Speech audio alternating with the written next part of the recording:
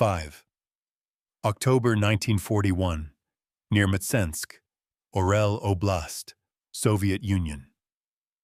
The air smelled of wet loam and fuel, and the road ahead had turned into a ribbon of brown water that swallowed boots to the ankle. Heinz Guderian stood beside his command car and listened to the uneven cough of engines that had worked through the night. He kept his hands inside his coat for warmth and tried to follow the map while the horizon stayed a dull strip of cloud and smoke. The villages here were low and wooden, and the fields were broken by stands of birch. Reports reached him in bursts through field telephones and motorcycle couriers, who arrived with coats spattered in mud. A battalion commander spoke first, tense and clipped, saying that the forward companies of the 4th Panzer Division had met a line of new Soviet tanks that shrugged off the first shots. Another officer, voice low and careful, added that the armor seemed to be sloped and that rounds from the short 75 on the Panzer IV were breaking apart on the front plates. Guderian nodded and said they were to keep their spacing, bring the anti-tank guns up, and call in the sappers to lay charges if the ground allowed. He watched the riders disappear back down the road and then turned toward the east where the gunfire rolled like a long drum. He thought of speed and of surprise and of the long weeks since the river crossings in June, and he felt a thin thread of doubt for the first time since the drive began. He climbed onto the running board and looked out over the fields. The earth was too soft, and the tracks of the tanks had churned the soil into a heavy paste that stuck to everything. A staff officer pointed with his pencil to a small ridge line where the forward edge of the fight seemed to be moving. There the smoke hung close to the ground, and the flashes had a regular rhythm. It looked like a drill in a factory, and it made him uneasy. At the same time, the wider front was moving through a season of change that forced every army to adjust. In the summer, the German advance had surprised and surrounded entire Soviet formations. Kiev had fallen only weeks earlier, and the numbers from that pocket were enormous, with hundreds of thousands of prisoners and thousands of guns. Yet in these same weeks, the first mentions of a new Soviet tank had begun to appear in division reports and in the diary of the Army Chief of Staff in Berlin, who noted in August that this new machine carried thick, sloped plates and a powerful 76.2 millimeter gun that outmatched most weapons the forward troops carried. The model was known simply by a number that meant little to most soldiers at first. T-34.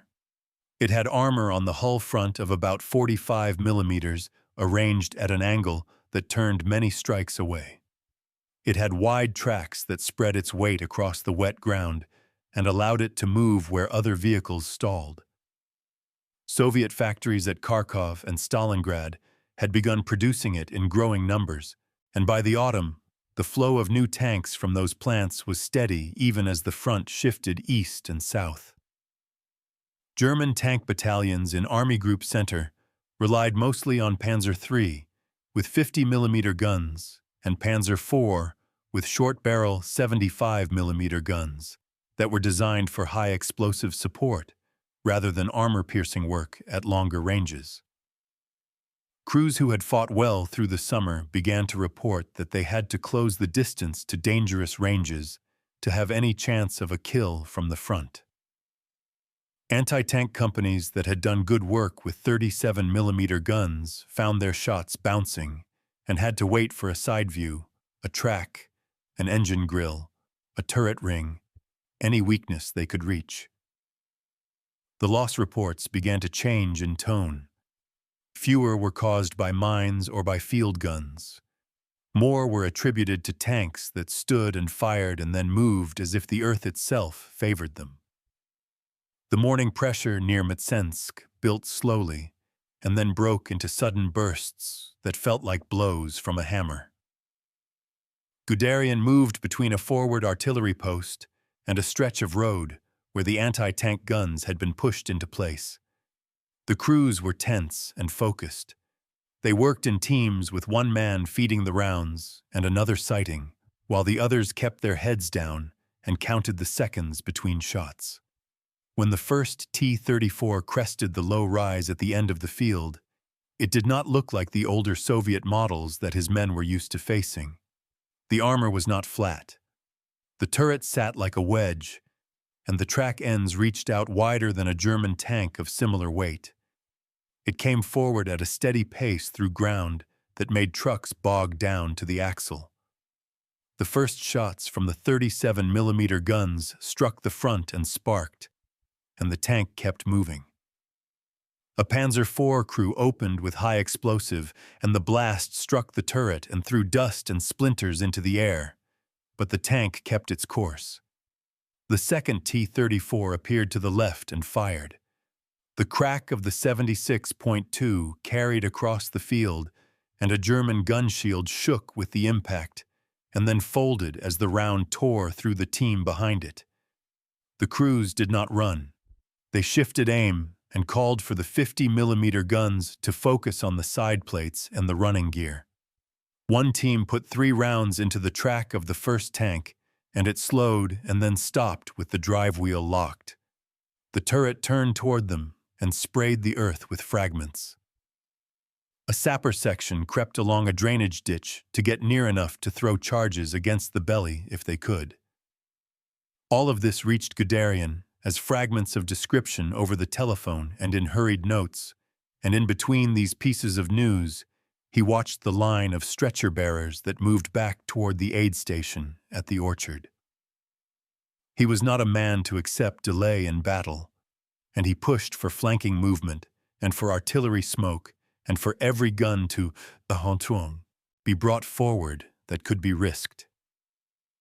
He kept his tone even when he spoke, but he felt a cold sensation across his back each time the call ended, and he looked again at the map. The enemy was holding, and the ground seemed to help him do it. Across the whole front, the T-34 was not a single event, but a pattern that spread like dye in water. In some sectors, it was only a few machines that delayed an advance for an afternoon. In others, it was a brigade that struck and broke apart an attack that had relied on the speed of the panzer force. Near Mtsensk, the Soviet commander Mikhail Katakov had brought together a force that learned quickly from each hour of contact. He placed his tanks where the fields forced narrow lines of approach. He used the cover of the birch stands and the folds in the earth. He did not hold still for long. German crews who once preferred long, clear fields began to look for fences and sheds and haystacks to hide from flat frontal shots. The numbers in the daily summaries reflected the change. Where a report in July might list a handful of losses to anti-tank guns, a report in October recorded dozens disabled or destroyed by tanks with the new profile. The German army had engineers and designers who could respond.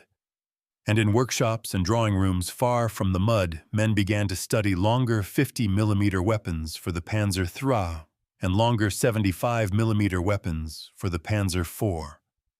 They spoke of new armor plates and of new shapes that would not catch a round so easily.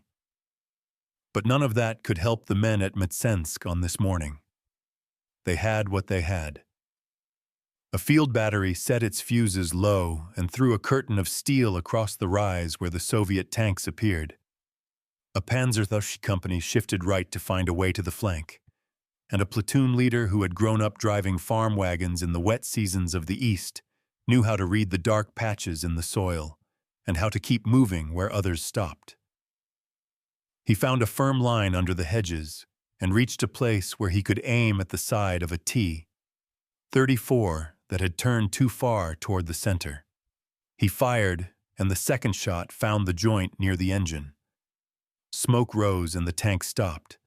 The company cheered without shouting, all smiles and clenched fists. They had found a way, at least for the moment. The afternoon light over Mtsensk turned a pale silver as the clouds thickened and the rain began to fall in small, slanting threads that blurred the horizon. Guderian stood near the command half-track. its canvas roof sagging under the water, and watched his aides mark new positions on the map. He was calm in voice but inwardly restless. The Soviet tanks had withdrawn behind the line of birch and willow that bordered the small river Zusha, and now the ground between was littered with the wrecks of both sides. Mechanics moved among them, pulling bodies from hatches and scavenging parts. From the German side, the day had been costly. More than 20,000 tanks burned or disabled, and the reports spoke of others lost to mechanical failure in the mud. The T-34s had not been invincible, but their armor had forced every gun and every trick to the limit. Guderian ordered that one of the captured tanks be examined at once. By dusk, a small group of engineers, officers, and one Russian prisoner worked under the glare of a headlamp. They measured the armor with calipers, tested the slant with protractors, and tapped the plates with hammers to gauge the hardness. Guderian looked on without speaking, until one of his engineers, Major Fichtner, turned to him and said, "It is not magic, General, only clever design." The plates were thicker than those on any German tank of similar weight, and the slope added what the officer called apparent armor, meaning that a shot had to pass through more steel than the numbers alone suggested. The diesel engine, low and broad, gave steady torque and burned less fuel. The suspension, copied from the American Christie design, allowed high speed on rough ground. Every feature had purpose, and everyone exploited simplicity. Guderian noted these points in his journal later that night, under the dim light of a lantern that flickered each time a gust came through the tent flap. "The Russian has built the ideal tank for his land," he wrote. "We must match it, or we will lose the war of machines." While he studied that single tank, entire factories were already moving to expand the type's production. In Kharkov, the KHPZ plant, renamed Factory 183, had been evacuated east to Nizhny Tagil, where trains carried entire workshops, presses, and foundries through the autumn. Women and old men unloaded machines by hand and reassembled them in open sheds before the snow began. At Stalingrad, the Dzerzhinsky tractor factory shifted its entire output to the T-34 by September. Soviet records show that in 1940, the Red Army had only a few hundred of these tanks. By the end of 1941, it would field over 1,000, and by the following summer, more than 10,000. American and British observers would later write that never before had an army recovered industrially so quickly after such losses. German intelligence knew some of these figures through aerial photographs and captured documents, but few officers understood what the numbers meant in practice. Each tank that appeared at the front carried the labor of entire cities that had been pulled east beyond the reach of the Luftwaffe. The Soviet Union had become an armed factory, and the T-34 was its product, born of necessity and designed for the steppe. Against this rising tide, Germany depended on workshops still using skilled hand labor and precision assembly. Every Panzer III took weeks of careful fitting. Every Panzer IV required attention from trained specialists. When the losses grew heavy in the autumn, replacements could not keep pace. Guderian knew it, and he sent messages to Berlin, urging a complete rethinking of design and production. He was answered with caution, with talk of refinement and of upcoming models that would solve the problem. None would arrive soon enough. That evening, the prisoners were brought in from the forward area, about 20 men captured during the fighting. They were young, most of them, their uniforms stained with oil and earth. One, a tank driver named Andrei Petrov, spoke some German and was questioned by the intelligence officer in Guderian's presence. He described how they received the new machines, how they had trained for only a week before being sent to the line, and how they were told that the armor could withstand any German gun if they kept moving. He said their orders were to ambush the German spearheads, strike the lead elements, and then withdraw to the woods. Guderian asked him what he thought of the German tanks. The young man hesitated and then said quietly, "They are fine machines on the road, but in our fields they sink." The translator repeated the words, and Guderian nodded slowly. That simple sentence captured what his own staff reports had been showing for days. The soil, soaked by weeks of rain, was turning every road into a swamp. German logistics had been built for speed and hard ground. Now the mud consumed trucks, carts, and even horses. The advance on Orel and Tula was slowing, and each kilometer cost more fuel, more labor, and more machines left behind. In Berlin, staff officers traced neat lines of advance on large maps and spoke of taking Moscow before the snow. In the field, those lines crossed rivers without bridges and villages where the wells were dry and the roads were only memories. The soldiers dug their tracks out with shovels and wondered how far east the map could go before the world itself stopped. Across the whole Eastern Front, the same pattern repeated itself. The T-34 appeared first in small numbers, then by companies, then by battalions, and the psychological weight it carried was heavy. Crews of German tanks that once advanced with confidence now hesitated before open ground.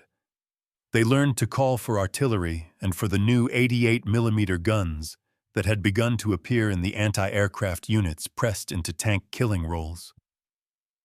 In letters home, officers tried to describe what they saw without revealing too much. Captain Hans von Luck wrote to his wife that the Russian tank resists us as if it were made from iron twice blessed. Another, Lieutenant Wolfgang Schneider, recorded in his diary, "We hit them again and again, and they come on. It is as if we are striking the side of a fortress that moves." German propaganda continued to boast of victory and to print images of burning Soviet machines. But within the armored corps, the mood was turning grim. They respected the T-34 even as they feared it. Guderian's own tone changed from confidence to warning. In his later memoirs, he would recall those weeks near Mtsensk as the first time he realized that the war might not be decided by maneuver alone. The enemy had found a weapon that matched his doctrine and outpaced his industry. For now, the front held, the line still moved east, but every mile carried the taste of effort and exhaustion. The rain did not stop, and the smell of mud and fuel filled every hour of the night. The cold came earlier than expected. By the second week of October, the wind from the north carried a sting that made fingers ache on metal surfaces. Guderian wrapped his scarf higher around his collar and felt the stiffness in his knees each morning when he stepped out of the staff car. The roads between Orel and Tula were no longer roads in the normal sense.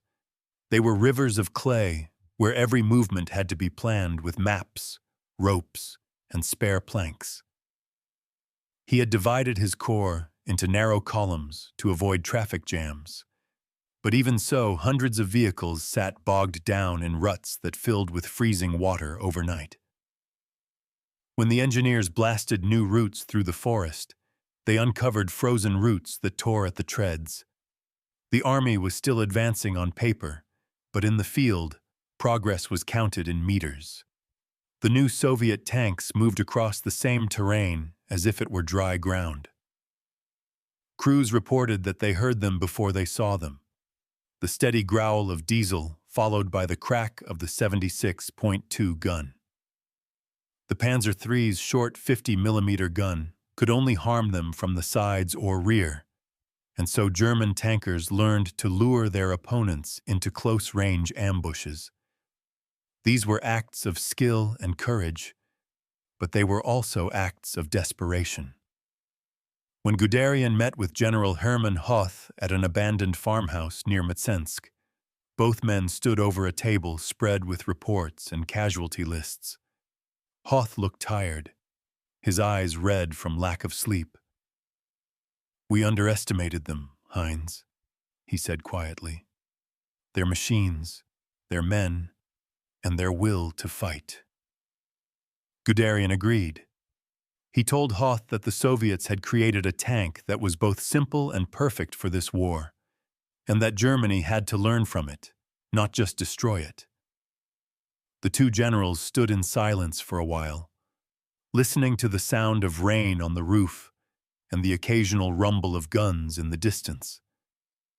While these conversations took place, the wider campaign continued under mounting strain. The Wehrmacht had advanced more than 1,000 kilometers since June, taking Smolensk, Bryansk, and parts of the Ukraine. Yet the lines of supply stretched too far. Every day, trains brought fewer parts, less fuel, and less food. The army lived off the land, but the land was empty. Villages were burned or abandoned, the fields trampled. When German troops reached the city of Vyazma earlier in the month, they had taken hundreds of thousands of Soviet prisoners, but most were starving and barefoot. Behind the lines, the number of captured men exceeded what the logistics system could handle. Disease spread through the makeshift camps, and by November, tens of thousands would die of exposure and hunger. These were the darker sides of victory, the parts Guderian noted in his reports, but rarely spoke of aloud. His own troops suffered too, though less visibly. The spare parts for the tanks were running low. The front idlers froze in place at night. Lubricants thickened and engines seized. Mechanics slept beside their vehicles, lighting fires under the engines in the morning to thaw them enough to start. Still, orders from Berlin pressed forward. The drive toward Tula was to continue at all costs. Tula was the gateway to Moscow, and Moscow was the symbol that the High Command believed would end the war. Yet Guderian could feel the weight of resistance increasing with every kilometer. The Soviet defenses grew denser, their artillery more coordinated, their tanks appearing not singly but in dozens. The crews who faced those T-34s began to change their tactics in small but vital ways. Lieutenant Karl Roth, commander of a Panzer III company, wrote later that his men learned to strike at the tracks, to aim for the side near the fuel tanks, and to wait for the turret to turn before firing. "We had to think like hunters," he said. "Patience was our only weapon." Some carried magnetic mines to run forward and attach them under the belly plates when all else failed. Casualties were high, and replacements were few. The German army had entered Russia with more than 3,000 tanks. By mid-October, fewer than half were operational, many due to mechanical failure rather than enemy fire. The Soviet forces, meanwhile, were receiving reinforcements from the east, tanks and men drawn from factories that had been moved beyond the Urals. The German soldiers called it a flood that never stops. Guderian's intelligence officers began to bring him intercepted radio messages suggesting that the Soviets were reorganizing their armored corps around the T-34 as the standard model. It was not just a new tank. It was the foundation of a new way of war. The idea that a single design could be mass-produced and fielded across thousands of kilometers was foreign to German thinking, which prized precision and variation. Here was uniformity, scale, and relentless output. The Soviet way was crude in some eyes, but it was efficient. Guderian, ever the engineer at heart, understood the significance. "Quantity has a quality of its own," he told his staff grimly one evening as they reviewed fuel consumption charts by candlelight. As October turned to November, the frost hardened the mud and movement became possible again. But the cold was merciless. Men woke to find their canteens frozen solid, their bread hard as stone, and their fingers sticking to metal. The engines of the panzers, never designed for such temperatures, failed without warning. Crews stripped felt from houses and wrapped it around gearboxes. Fires burned in oil drums beside Usuhonsun, the road where soldiers stood to warm themselves for minutes at a time before returning to their tasks. The T-34s, designed for this climate, moved more freely, their diesel engines starting even in sub-zero temperatures. German soldiers began to refer to them with grudging respect as the winter tanks. At night, Guderian wrote in his diary of the contrast between the theory of war and its reality. "We thought mobility would bring victory," he wrote. "Instead, it brings us to exhaustion." He still believed in the mission, still obeyed orders, but the certainty that had carried him through France and the early months of Barbarossa was gone. The Soviets had found a way to turn the land itself into an ally. The same terrain that crippled the German advance sustained their defense. In every burned village and every stretch of open steppe, the T-34 stood as proof that the Red Army was not broken, only learning. It was a lesson Guderian could neither ignore nor forget. And as the snow began to fall across the Orel front, he knew that this campaign would not end as anyone in Berlin had imagined.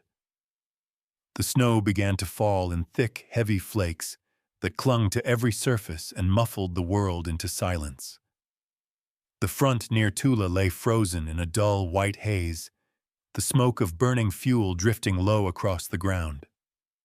Heinz Guderian stood beside a captured T-34, its hull half buried in snow. The engineers had pulled it to the roadside for inspection after it had thrown a track and been abandoned by its crew. He brushed the frost from the turret with his glove and ran his hand along the armor plate. The surface felt smooth, almost seamless compared to the rough welds of the German panzers. The snow collected on his cap and shoulders, but he didn't move. "They built this to win the winter," he said softly to the aide standing beside him. The aide said nothing. A photographer took a picture before the light faded, and the image would later circulate through the staff in Berlin. Guderian beside the enemy tank that had stopped his advance. That afternoon, the general sent a telegram to the armaments office urging immediate study of the captured model. He noted the wide tracks, the diesel engine, the armor slope, and the power of the 76.2 gun. It was, he wrote, the perfect balance of firepower, protection, and mobility. He knew the words would echo in future reports, and they did. Within weeks, German designers began drawing up the first sketches that would eventually become the Panther. But in late 1941, that was only an idea on paper. The men on the ground still had to fight with what they had. The battle for Tula stretched through November into December, a grim contest fought in blizzards and temperatures that dropped below 20 degrees Celsius. The Germans had reached the outskirts of the city by mid-November, but the Soviet defenses held firm. Workers, women, and soldiers together dug trenches and built barricades. Entire factories in Tula had converted to arms production and were still operating even under bombardment. The defenders had tanks from the 32nd Tank Brigade, many of them T-34s, and they used them not for sweeping attacks but for close defense. They positioned them behind snowbanks and wrecked vehicles, using them as armored strongpoints. German infantry, short of winter clothing, wrapped themselves in whatever cloth they could find, rugs, curtains, even the skins of livestock, and tried to advance under cover of artillery fire. The wind carried snow so thick that visibility sometimes dropped to 10 meters. Panzer engines froze solid, and entire companies spent days thawing vehicles, only to have them stall again an hour later. When the tanks could not move, the men fought as infantry, crawling through trenches and ruins where the fighting was reduced to grenades and pistols. Guderian received reports of frostbite cases increasing by the hour. Over 20,000 men were now unfit for duty, not from wounds, but from the cold. The Soviets, acclimated and equipped with felt boots and fur-lined coats, pressed the advantage. On December 5th, Stalin ordered a counteroffensive along the entire Moscow front. The Red Army struck with fresh Siberian divisions supported by hundreds of T-34s, many brought up by rail at the last moment. For the first time since June, the Germans were not advancing. They were retreating. The retreat began in silence, under cover of snow and night. Guderian's men pulled back from Tula toward Orel, leaving behind wrecked tanks, broken guns, and the bodies of men who had frozen at their posts. It was not a rout, but an organized withdrawal, carried out with discipline and bitterness. The roads were lined with vehicles that had run out of fuel or oil, their crews huddled around small fires before abandoning them. A panzer crewman named Ernst Bäumer wrote in his diary, "The T-34s come like ghosts through the snow. You hear them first, and then they are upon you. We shoot, but the shells bounce. Sometimes they pass by without seeing us, and the ground shakes under our feet." In many areas, the Soviet tanks advanced faster than German infantry could withdraw. Guderian ordered rearguard actions using the remaining anti-tank guns and the dreaded 88s, which could still pierce the Russian armor at long range. The men clung to those guns as their last defense. In one sector near Venev, a battery of 4 88s destroyed 11 T-34s in a single morning before being overrun. Guderian visited the site the next day and stood before the wreckage, tanks still smoking, guns twisted from heat, bodies half buried in snow. He spoke to the survivors, shook their hands, and told them they had held the line. Inside, he knew they had only delayed the inevitable. The tide of war was turning, not from one battle, but from a deeper truth. The Soviet army was rebuilding faster than Germany could destroy it. In Berlin, the news was softened for the public.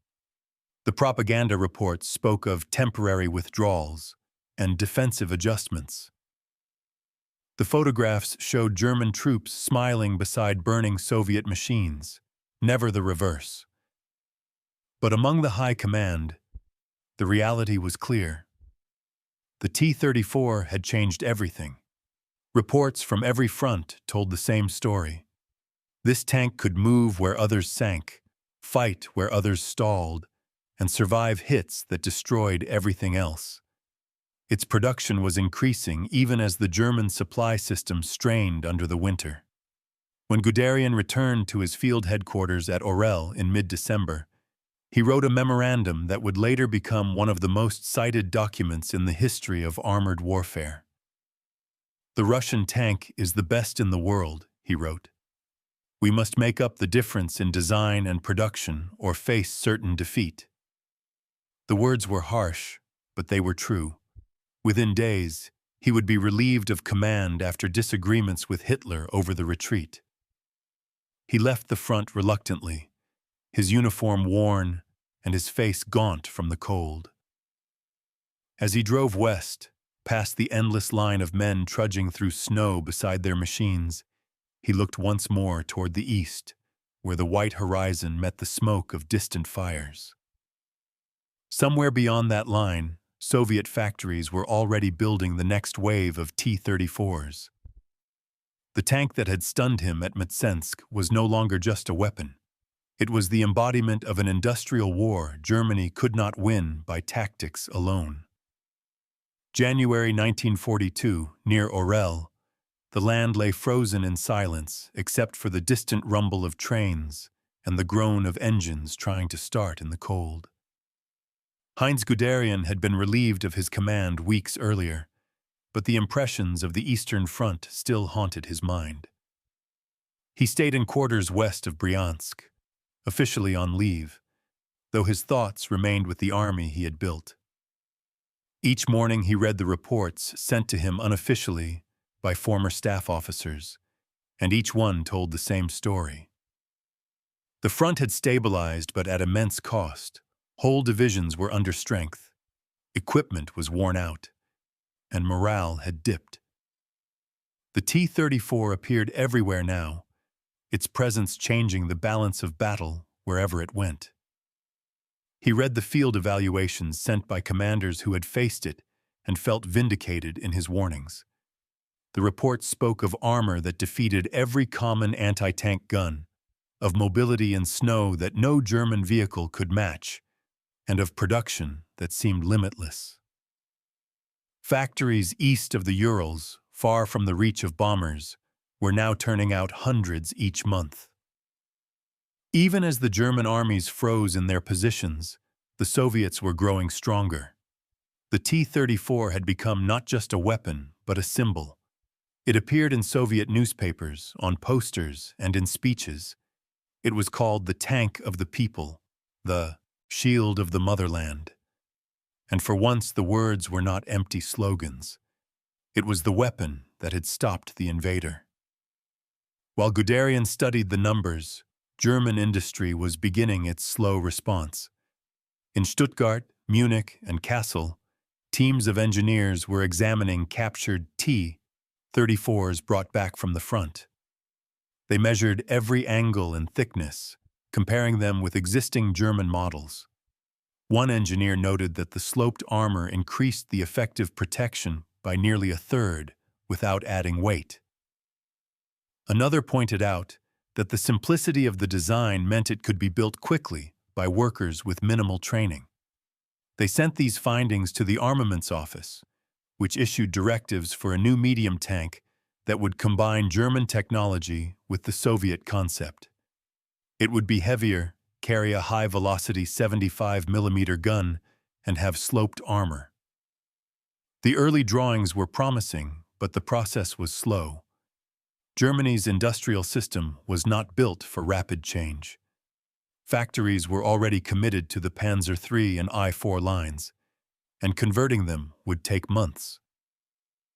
Hitler himself became involved, demanding a tank that could defeat the T-34 in every respect. His demands grew unrealistic, insisting on thick armor, high speed, and superior firepower all at once. The result would later be the Panther. But in early 1942, it was only an argument between engineers and politicians. In the meantime, soldiers at the front had to make do with field improvisations.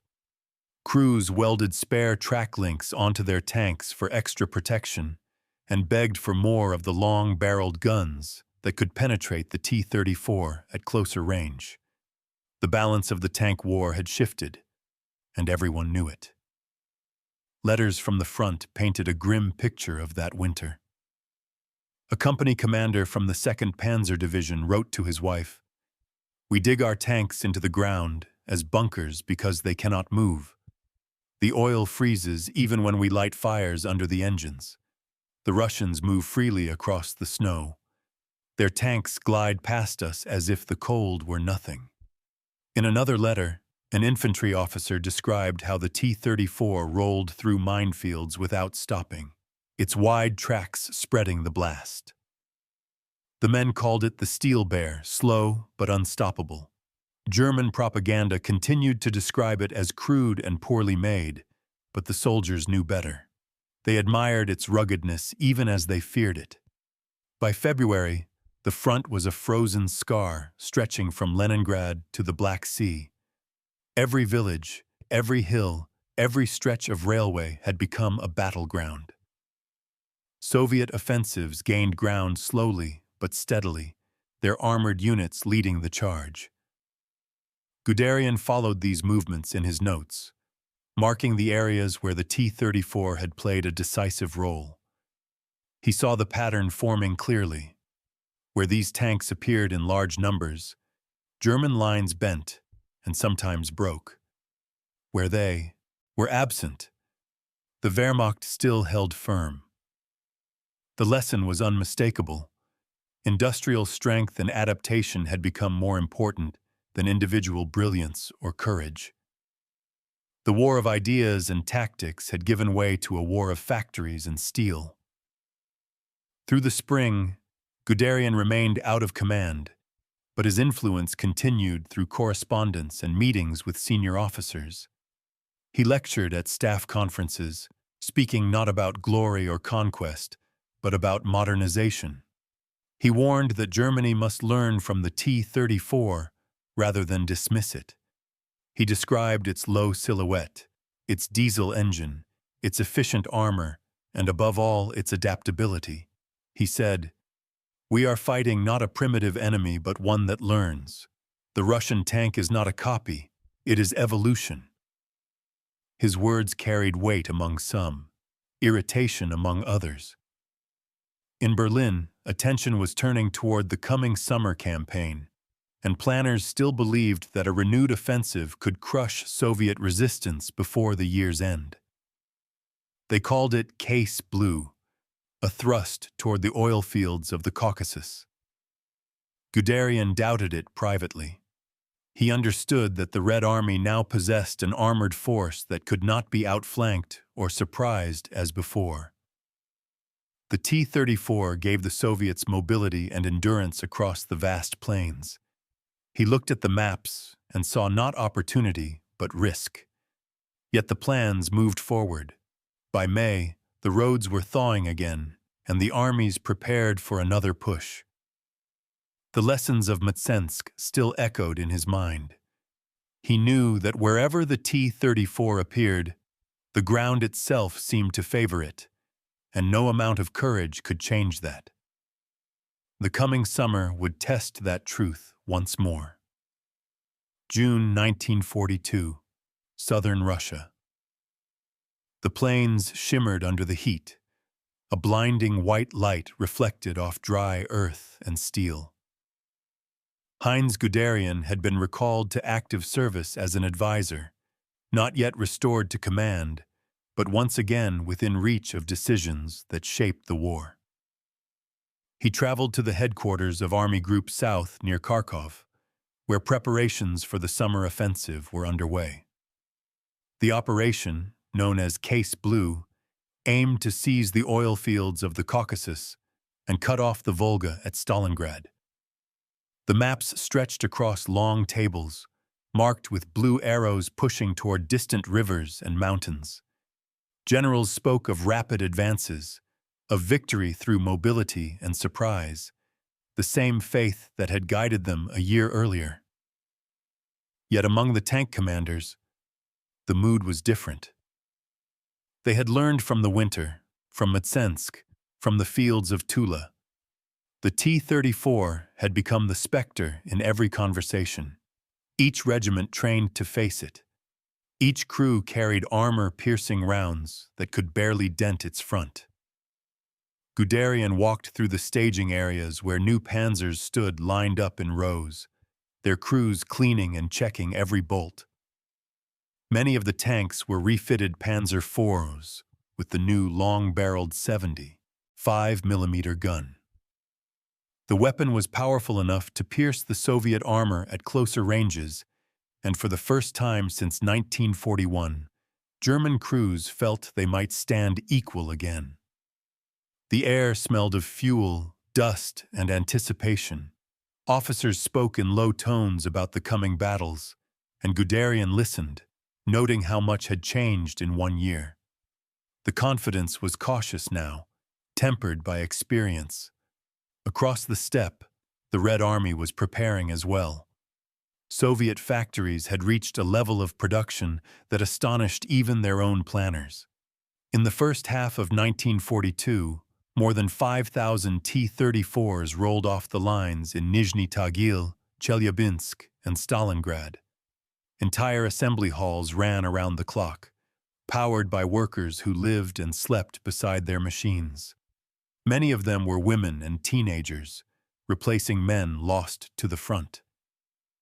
The tanks were painted in dull green, marked with slogans like, "For the Motherland," or "For Stalin." They rolled directly from the factory onto flat cars and went east. Soviet tank brigades now moved with a confidence that mirrored the Germans of 1941. They were not just defending, but counterattacking. Their generals, too, had learned. Mikhail Katukov, who had first stunned the Germans at Mtsensk, commanded the 1st Guards Tank Brigade and trained his crews to use mobility, concealment, and sudden concentration of fire. They no longer charged blindly into enemy lines, but struck where the terrain favored them. Intelligence intercepted by German radio units showed that the Soviets now coordinated tanks, infantry, and artillery far more effectively than before. Guderian read those summaries and saw in them the seeds of transformation. The Red Army had absorbed the lessons of its defeats faster than Germany could exploit its victories. By July, the offensive swept southward like a tide. The German armored spearheads reached Voronezh and then turned toward the Don. The heat was relentless, and dust coated everything. Columns stretched for miles, tanks and trucks moving under skies that shimmered with heat mirages. The new long-barreled Panzer IVs proved their worth, destroying T-34s at distances that had once been impossible. For the first time, German crews could fight on equal terms. Guderian visited several units and spoke with tank commanders who described the satisfaction of meeting the Soviet armor head-on. "Now we can strike back," one captain said, his voice hoarse from dust. But even as local victories mounted, Guderian's analytical mind saw the imbalance beneath the surface. For every German tank destroyed, replacement would take weeks. For every T-34 lost, another was already on the way from the factories. The German advance consumed fuel faster than it could be delivered. Rail lines stretched thin, and truck convoys broke down on the endless roads. The supply officers spoke in figures that grew worse by the day. By mid-August, the panzer divisions were often operating at half strength. When the front split between the drive toward Stalingrad and the push toward the Caucasus, Guderian warned privately that it was a fatal division of effort. He reminded them that the T-34 was not just a tank, but the heart of a system built for depth and resilience. The farther Germany pushed, the stronger that system became. In September, Guderian traveled briefly to the sector near Stalingrad. There he saw the beginning of a battle that would consume everything. From the ridges west of the city, the horizon glowed with the fires of oil storage tanks and refineries. The Volga shimmered in the distance, a ribbon of light under columns of smoke. He stood beside General Friedrich Paulus and watched as German artillery rained down on the ruins of the factories. "We are fighting the world's largest workshop," Paulus remarked. "They build and fight in the same place." Guderian nodded. Inside those same burning buildings, Soviet workers continued to assemble T-34s under bombardment. Tanks rolled straight from the assembly line into combat, their paint still wet, their crews drawn from the workers who had built them. It was a sight beyond the comprehension of German doctrine. The concept of total war was no longer theory, it was reality. The enemy's capacity to endure had become its greatest weapon. Guderian left Stalingrad uneasy. He knew the numbers were against them. Germany could win battles, but not the war of production. The T-34 had proven that war had entered a new age, one in which steel and fuel mattered more than maneuver or surprise. As his train carried him back west through the vastness of Russia, he looked out across the fields where burnt wrecks lay half buried in the soil. The landscape itself had become a museum of destruction. Each shattered tank, German or Soviet, was part of a single truth that neither side could escape. The age of the individual commander was ending. The age of the machine had arrived. February 1943, Kharkov. The snow had turned gray with soot and smoke, the air thick with the smell of burned fuel and metal. Heinz Guderian returned to the front, newly reinstated by Hitler as Inspector General of Armored Troops. His mission was not to command armies, but to rebuild them, to reorganize what remained of Germany's armored forces after the disaster at Stalingrad. The losses were staggering. More than 300,000 men had been killed or captured, and over 1,000 tanks destroyed or abandoned. The armies that had once thundered across the steppe now limped back toward the Dnieper River, pursued by Soviet forces whose confidence had grown with every victory. Guderian visited Kharkov shortly after it had been retaken by the Germans in a counteroffensive led by Field Marshal Manstein. The ruins of the city stretched for miles, buildings hollowed out by fire, streets lined with wrecked vehicles half buried in snow. He inspected the remaining tanks, noting the mix of models, Panzer IIIs and IVs beside a few of the new Tigers and prototypes of the Panther. Their crews stood shivering beside them, faces hollow from fatigue and frostbite. "This is what remains of our armor," a colonel said to him quietly. Guderian nodded. He saw in those men the exhaustion of 2 years of endless war, but he also saw their determination.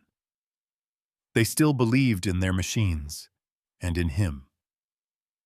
From the air, the Soviet advance looked unstoppable.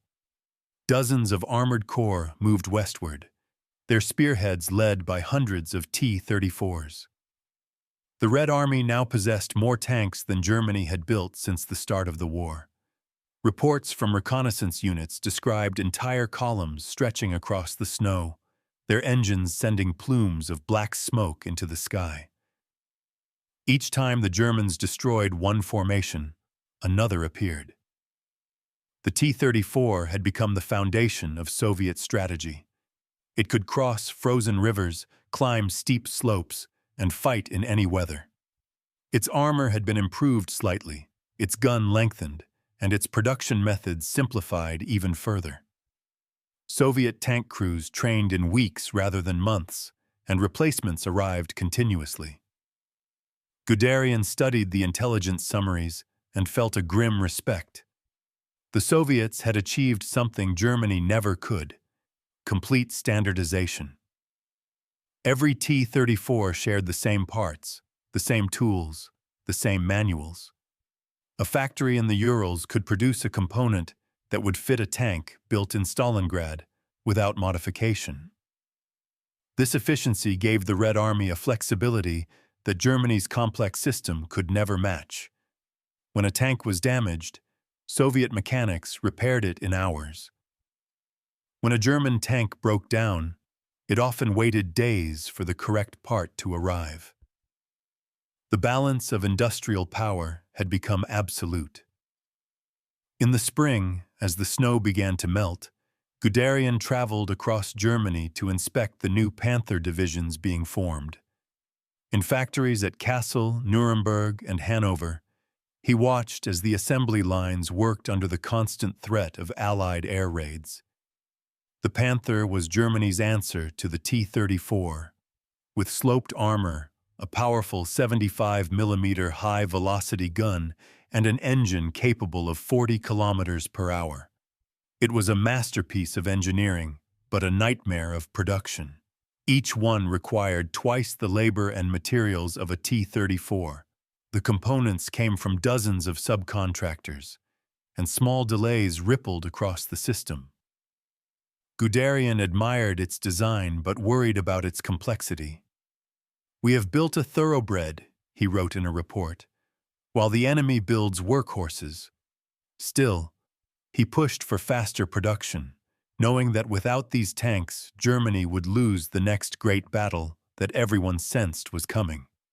The Wehrmacht planned to strike once more in the summer, to regain the initiative and crush the Soviet bulge around Kursk. Guderian argued against it privately, calling the plan premature. The Panther units were not ready, and the new Tigers suffered from mechanical faults. But the decision had already been made. The High Command believed that one final offensive could turn the tide. It would be the largest tank battle in history. In July 1943, the Battle of Kursk began. More than 6,000 tanks and armored vehicles clashed across the fields between Orel and Belgorod. The noise was unearthly, engines roaring, guns firing, shells screaming across the plains. Guderian was not at the front, but followed the reports hour by hour from headquarters. At first, German forces made progress, breaking through the first Soviet defensive lines. The new Panthers and Tigers performed well in isolated duels, destroying scores of T-34s at long range. Yet the scale of the Soviet defenses was overwhelming. Minefields, trenches, and hidden guns slowed the advance. Soviet tank armies waited in reserve, striking back when the Germans were most exposed. In the fields near Prokhorovka, hundreds of tanks collided at close range, firing point-blank in clouds of dust and smoke. The T-34s swarmed around the heavier German tanks, firing until their barrels glowed red. German crews fought with skill and courage, but the numbers were impossible. By the time the battle ended, the Soviets had lost thousands of tanks, but they replaced them within weeks. The Germans could not. Kursk marked the end of the armored supremacy that Germany had once enjoyed. From that moment onward, the initiative belonged to the Red Army. Guderian read the final reports in silence. He knew that history would remember this battle not just as a defeat, but as the confirmation of what he had realized 2 years earlier. The T-34 had not only survived, it had defined the war itself. As he closed his notebook, he wrote one final line beneath his notes. "We were not defeated by men, but by machines built for a different world."